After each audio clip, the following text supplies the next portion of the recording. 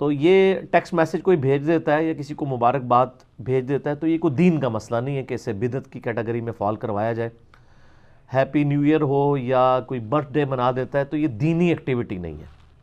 इस्लाम में जो दीनी एक्टिविटी है ना, उसमें कोई चीज़ दाखिल करना ये बिदअत की कैटेगरी में फॉल करता है, या किसी गैर मुस्लिम की दीनी एक्टिविटी के साथ रिजेम्बलेंस करना वो हराम की कैटेगरी में फॉल करता है। जिस तरह के क्रिसमस है या होली है या दिवाली है, इसको मनाना ये स्पेसिफिकली यानी दीनी एक्टिविटीज़ हैं। और इन्हीं पे वो हदीस फिट होगी जो सुन नबी दाऊद के अंदर मौजूद है कि नबी सल्लल्लाहु अलैहि वसल्लम ने फरमाया, मन तशब्बह बिकौमिन फ़हुव मिनहुम, जिसने जिस कौम की मुशाबियत इख्तियार की, रिजेम्बलेंस इख्तियार की, वो उन्हीं में से शुमार किया जाएगा।